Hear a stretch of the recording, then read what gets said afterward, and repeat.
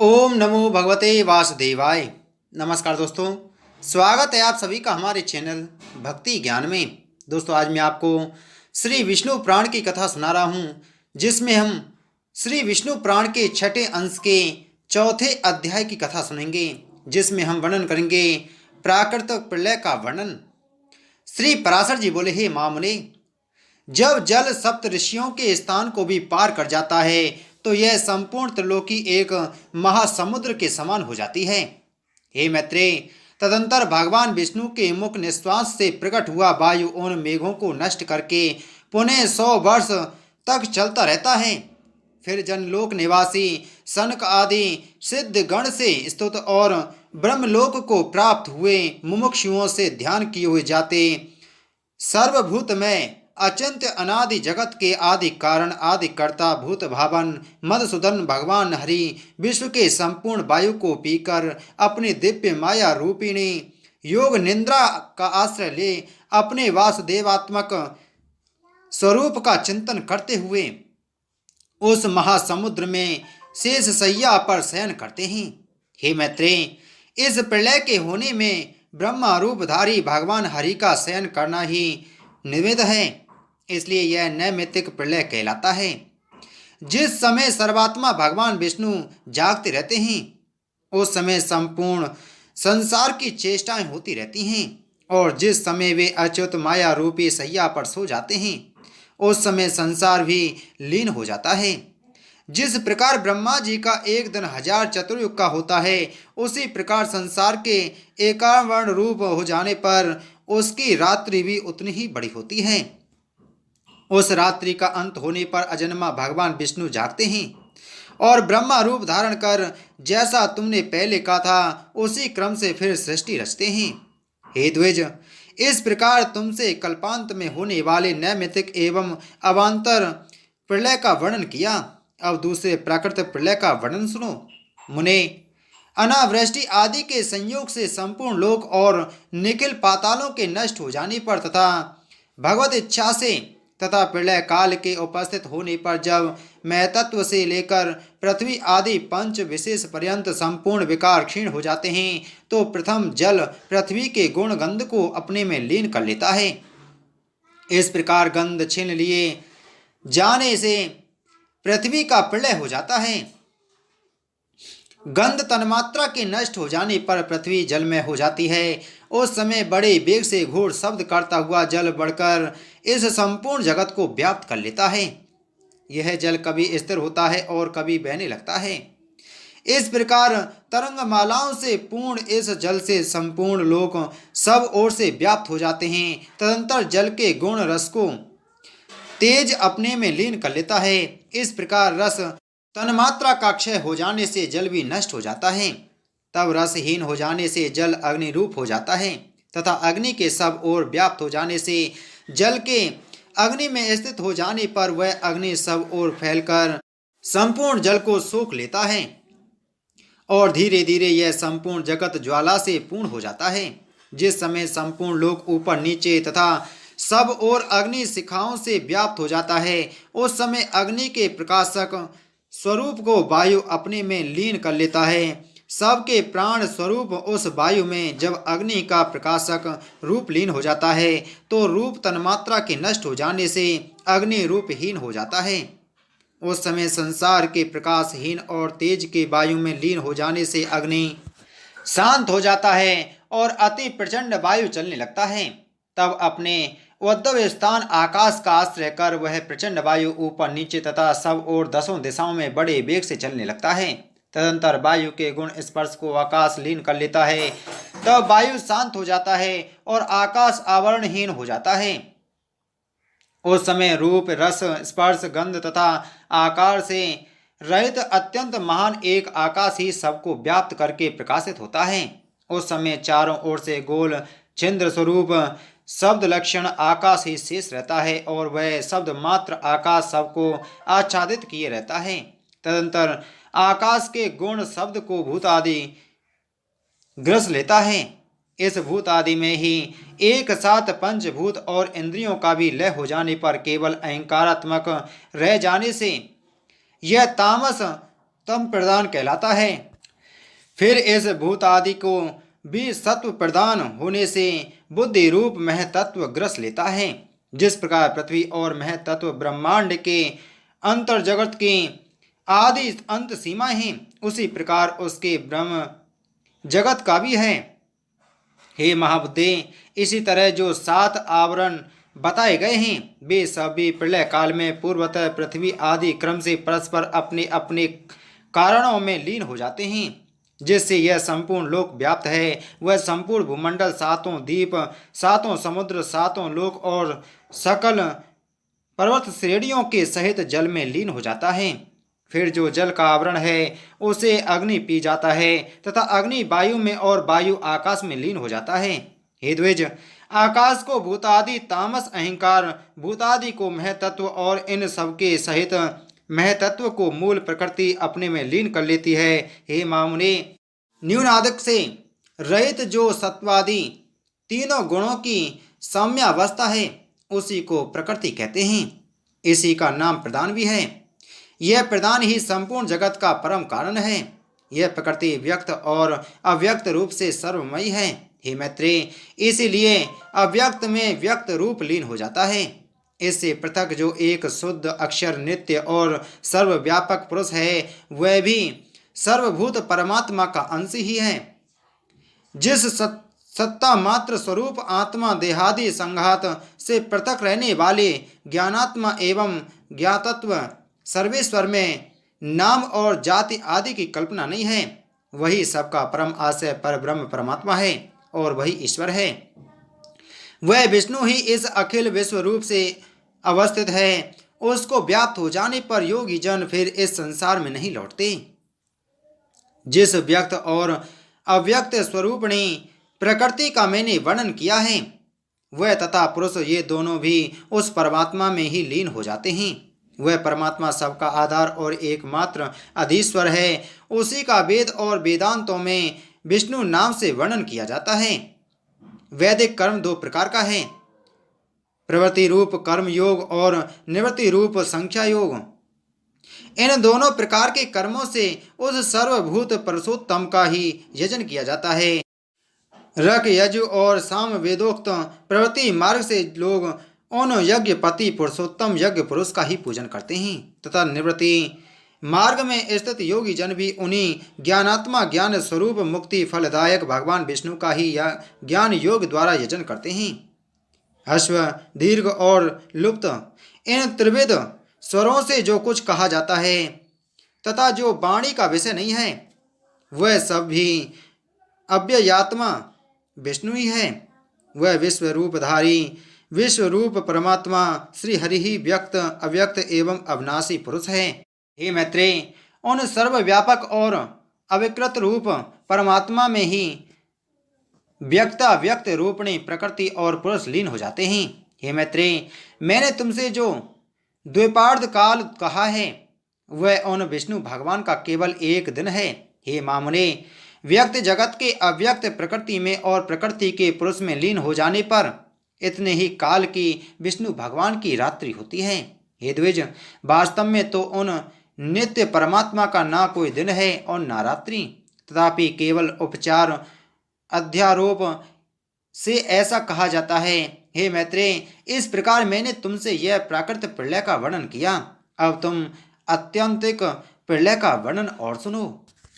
आइए सुनते हैं श्री विष्णु पुराण के 6ठे अंश के 5वें अध्याय को, जिसमें हम वर्णन करेंगे अध्यात्म आदि त्रिविध तापों का वर्णन, भगवान तथा वासुदेव शब्दों की व्याख्या और भगवान के पारमार्थिक स्वरूप का वर्णन। श्री पराशर जी बोले, ही मैत्रेय, आध्यात्मिक आदि दैविक और आदि भौतिक तीनों तापों को जानकर ज्ञान और वैराग्य उत्पन्न होने पर पंडित जन अत्यंतिक प्रलय प्राप्त करते हैं। आध्यात्मिक ताप शारीरिक और मानसिक 2 प्रकार के होते हैं। उनमें शारीरिक ताप के भी कितने ही भेद हैं वह सुनो। शिरोरोग, प्रतिश्याय, पीनस, ज्वर, शूल, भगंदर, गुल्म, अर्श, बवासीर, शोथ, सूजन, श्वास, दमा, छद्री तथा नेत्र रोग, अतिसार और कुष्ठ आदि शारीरिक कष्ट वेद से। दैहिक ताप के कितने ही भेद हैं, अब मानसिक तापों को सुनो। हे द्विज श्रेष्ठ, काम क्रोध भय द्वेष लोभ मोह विषाद शोक असूया, गुणों में दोषारोपण अपमान ईर्षा और मात्सर्य आदि वेदों से मानसिक ताप के अनेक वेद हैं। ऐसे ही नाना प्रकार के वेदों से युक्त ताप को आध्यात्मिक कहते हैं। मनुष्यों को जो दुख मृग पक्षी मनुष्य पिशाच सर्प राक्षस और सरीसृप बिच्छू आदि से प्राप्त होता है उसे आदि भौतिक कहते हैं। तथा हे द्विजवर, शीत उष्ण वायु वर्षा जल और विद्युत आदि से प्राप्त हुए दुख को श्रेष्ठ पुरुष आदि दैविक कहते हैं। हे मुनिश्रेष्ठ, इनके अतिरिक्त गर्भ जन्म जरा अज्ञान मृत्यु और नरक से उत्पन्न हुए दुख के भी सहस्त्रों प्रकार के भेद हैं।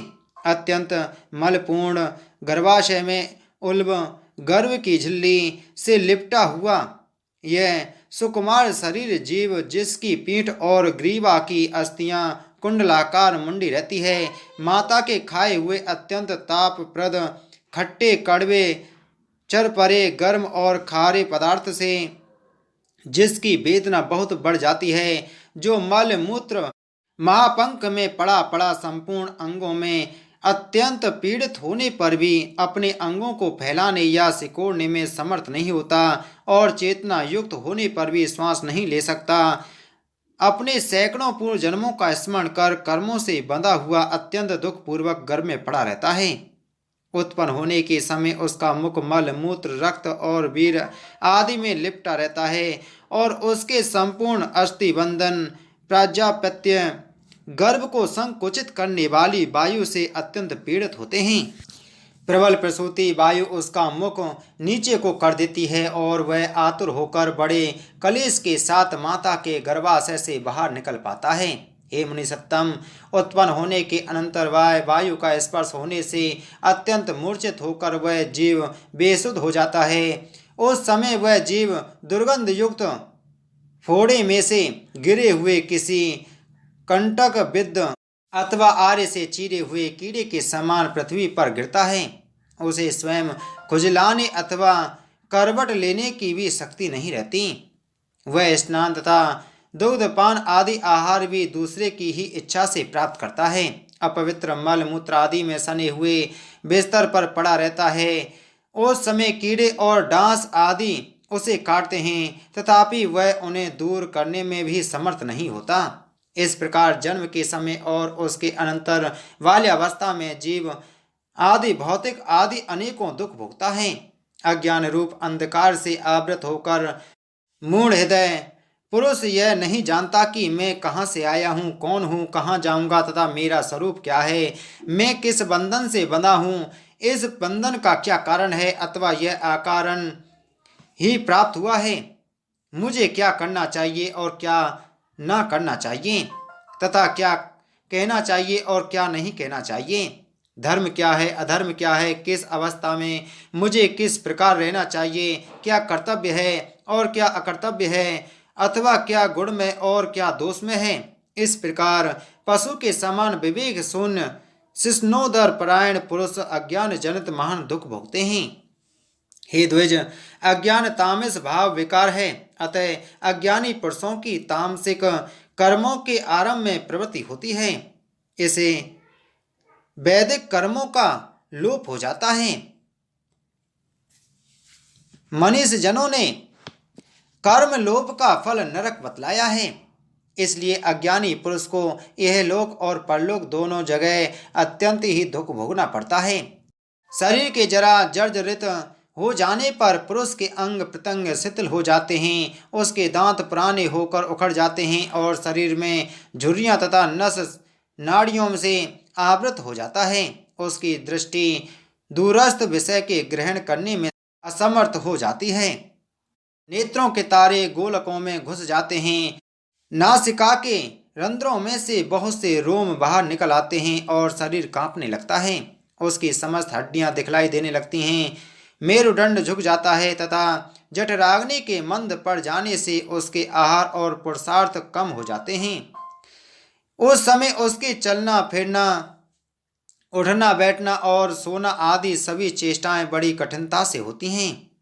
उसके स्रोत और नेत्रों की शक्ति मंद पड़ जाती है तथा लार बहते रहने से उसका मुख मलिन हो जाता है।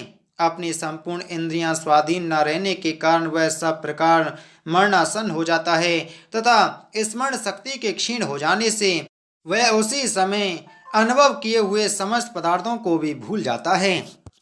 उसे एक वाक्य उच्चारण करने में भी महान परिश्रम होता है तथा श्वास और खांसी आदि के महान कष्ट के कारण वह दिन रात जागता रहता है। वृद्ध पुरुष औरों की सहायता से ही उठता तथा औरों के बिठाने से ही बैठ सकता है। अतः वह अपने सेवक और स्त्री पुत्र आदि के लिए सदा अनादर का पात्र बना रहता है। उसका समस्त शौचाचार नष्ट हो जाता है तथा भोग और भोजन की लालसा बढ़ जाती है। उसके परिजन भी उसकी हंसी उड़ाते हैं और बंधुजन उससे उदासीन हो जाते हैं। अपनी युवावस्था की चेष्टाओं को अन्य जन्म में अनुभव की हुई सी स्मरण करके वह अत्यंत संतापवश दीर्घ निश्वास छोड़ता रहता है। इस प्रकार वृद्धावस्था में ऐसे ही अनेकों दुख अनुभव कर उसे मरण काल में जो कष्ट भोगने पड़ते हैं वे भी सुनो। कंठ और हाथ पैर शिथिल पड़ जाते तथा शरीर में अत्यंत कंप छा जाता है। बार बार उसे ग्लानि होती और कभी कुछ चेतना भी आ जाती है। उस समय वह अपने हिरण्य सोना धन धान्य पुत्र स्त्री भृत्य और गृह आदि के प्रति इन सब का क्या होगा, इस प्रकार अत्यंत ममता से व्याकुल हो जाता है। उस समय मर्मवेदी कृकच आर्य तथा यमराज के विकराल बाण के समान महाभयंकर रोगों से उसके प्राण बंधन कटने लगते हैं। उसकी आंखों के तारे चढ़ जाते हैं। वह अत्यंत पीड़ा से बारंबार हाथ पैर पटकता है तथा उसके तालु और ओठ सूखने लगते हैं। फिर क्रमशः दोष समूह से उसका कंठ रुक जाता है। अतः वह घर घर शब्द करने लगता है तथा ऊर्ध्व श्वास से पीड़ित और महान ताप से व्याप्त होकर क्षुधा तृष्णा से व्याकुल हो उठता है। ऐसी अवस्था में भी यमदूतों से पीड़ित होता हुआ वह बड़े कलेश से शरीर छोड़ता है और अत्यंत कष्ट से कर्मफल भोगने के लिए यातना देह प्राप्त करता है। मरण काल में मनुष्यों को ये और ऐसे ही अन्य भयानक कष्ट भोगने पड़ते हैं। अब मरणोपरांत उन्हें नरक में जो यातनाएं भोगनी पड़ती हैं वह भी सुनो। प्रथम यम किंकर अपने पासों में बांधते हैं, फिर उनके दंड प्रहार सहने पड़ते हैं। तदंतर यमराज का दर्शन होता है और वहां तक पहुंचने में बड़ा दुर्गम मार्ग देखना पड़ता है। हे द्विज, फिर तप्त बालू का अग्नि यंत्र और शस्त्र आदि से महाभयंकर नरकों में जो यातनाएं भोगनी पड़ती हैं वे अत्यंत असह्य होती हैं। आरे से चीरे जाने, मुंह से तपाए जाने, कुल्हाड़ी से काटे जाने, भूमि में गाड़े जाने, सूली पर चढ़ाए जाने, सिंह के मुख में डाले जाने, गिद्धों के नोचने, हाथियों के दलित होने, तेल में पकाए जाने, खारे दलदल में फंसने, ऊपर से ले जाकर नीचे गिराए जाने और खेपन यंत्र द्वारा दूर फेंके जाने, नरक निवासियों को अपने पाप कर्मों के कारण जो जो कष्ट उठाने पड़ते हैं उसकी गणना नहीं हो सकती। हे ध्वज श्रेष्ठ, केवल नरक में ही दुख हो सो बात नहीं है। स्वर्ग में भी पतन का भय लगे रहने से कभी शांति नहीं मिलती। नरक अथवा स्वर्ग भोग के अनंतर बार बार वह गर्भ में आता है और जन्म ग्रहण करता है तथा फिर कभी गर्भ में भी नष्ट हो जाता है और कभी जन्म लेते ही मर जाता है।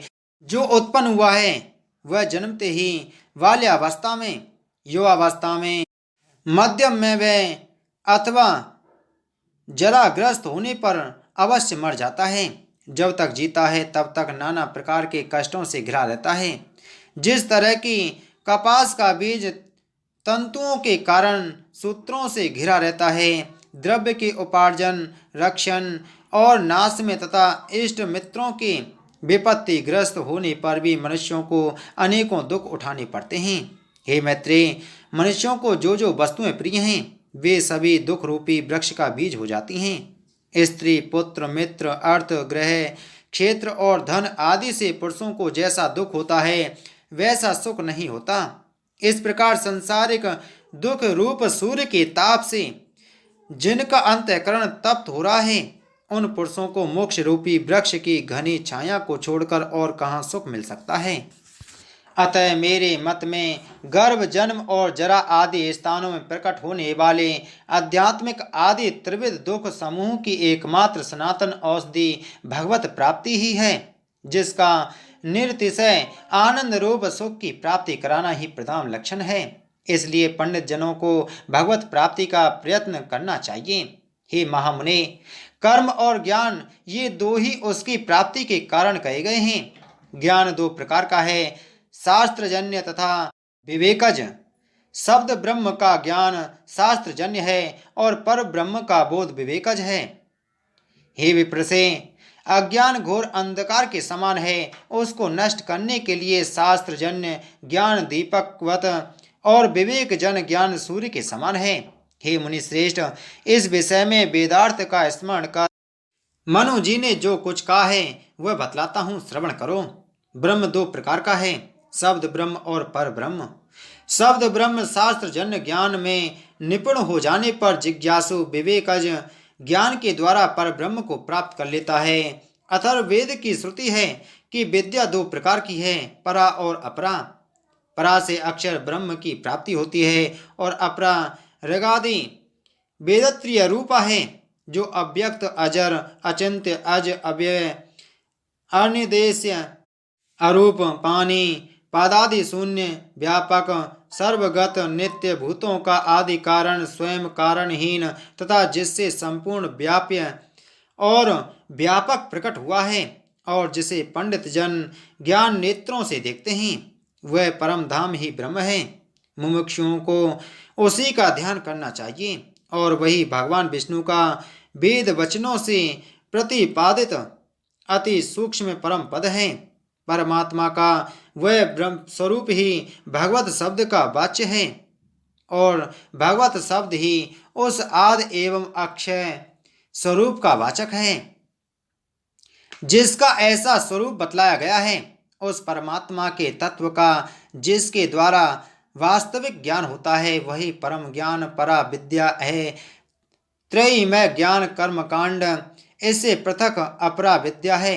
हे द्विज, वह ब्रह्म यद्यपि शब्द का विषय नहीं है, तथापि आदर प्रदर्शन के लिए उसका भगवत शब्द से उपचारत कथन किया जाता है। हे मैत्रेय, समस्त कारणों के कारण माँ विभूति संज्ञ पर ब्रह्म के लिए ही भगवत शब्द का प्रयोग हुआ है। इस भगवत शब्द में भकार के दो अर्थ हैं, पोषण करने वाला और सबका आधार, तथा गकार के अर्थ कर्म फल प्राप्त कराने वाला, लय करने वाला और रचयिता है। संपूर्ण ऐश्वर्य, धर्म, यश, श्री, ज्ञान और वैराग्य इन छह का नाम भग है। इस अखिल भूतात्मा में समस्त भूतगण निवास करते हैं और वह स्वयं भी समस्त भूतों में विराजमान है, इसलिए वह अव्यय परमात्मा ही विकार का अर्थ है। हे मैत्रेय, इस प्रकार यह मान भगवान शब्द पर ब्रह्म स्वरूप श्री वासुदेव का ही वाचक है, किसी और का नहीं। पूज्य पदार्थों को सूचित करने के लक्षण से युक्त इस भगवान शब्द का परमात्मा में मुख्य प्रयोग है तथा औरों के लिए गौण, क्योंकि जो समस्त प्राणियों की उत्पत्ति और नाश, आना और जाना तथा विद्या और अविद्या को जानता है, वही भगवान कहलाने योग्य है। त्याग करने योग्य त्रिवेद गुण और उनके कलेश आदि को छोड़कर ज्ञान, शक्ति, बल, ऐश्वर्य, वीर और तेज आदि सद्गुण ही भगवत शब्द के वाच्य हैं। उन परमात्मा में ही समस्त भूत बसते हैं और वे स्वयं भी सबके आत्म रूप से सकल भूतों में विराजमान हैं, इसलिए उन्हें वासुदेव भी कहते हैं। पूर्व काल में खांडिक्य जनक के पूछने पर केशिध्वज ने उनसे भगवान अनंत के वासुदेव नाम की यथार्थ व्याख्या इस प्रकार की थी। प्रभु समस्त भूतों में व्याप्त हैं और संपूर्ण भूत भी उन्हीं में रहते हैं तथा वे ही संसार के रचयिता और रक्षक हैं, इसलिए वे वासुदेव कहलाते हैं। हे मुने, वे सर्वात्मा समस्त आवरणों से परे हैं। वे समस्त भूतों की प्रकृति प्रकृति के विकारता गुण और उनके कार्य आदि दोषों से विलक्षण हैं। पृथ्वी और आकाश के बीच में जो कुछ स्थित है उन्होंने वह सब व्याप्त किया है। वे संपूर्ण कल्याण गुणों के स्वरूप हैं। उन्होंने अपनी माया शक्ति के लेस मात्र से ही संपूर्ण प्राणियों को व्याप्त किया है और वे अपनी इच्छा से स्वानुकूल महान शरीर धारण कर समस्त संसार का कल्याण साधन करते हैं। वे तेज बल ऐश्वर्य महाविज्ञान वीर और शक्ति आदि गुणों की एकमात्र राशि हैं। प्रकृति आदि से भी परे हैं और उन परावरेश्वर में अविद्या आदि संपूर्ण क्लेशों का अत्यंत अभाव है। वे ईश्वर ही समष्टि और व्यष्टि रूप हैं। वे ही व्यक्त और अव्यक्त स्वरूप हैं। वे ही सबके स्वामी सबके साक्षी और सबको जानने वाले हैं तथा उन्हें सर्वशक्तिमान की परमेश्वर संज्ञा है, जिसके द्वारा वे निर्दोष विशुद्ध निर्मल और एक रूप परमात्मा देखे या जाने जाते हैं। उसी का नाम ज्ञान पराविद्या है और जो इसके विपरीत हैं वही अज्ञान अपराविद्या है। बोलो विष्णु पुराण की जय। बोलो विष्णु भगवान की जय।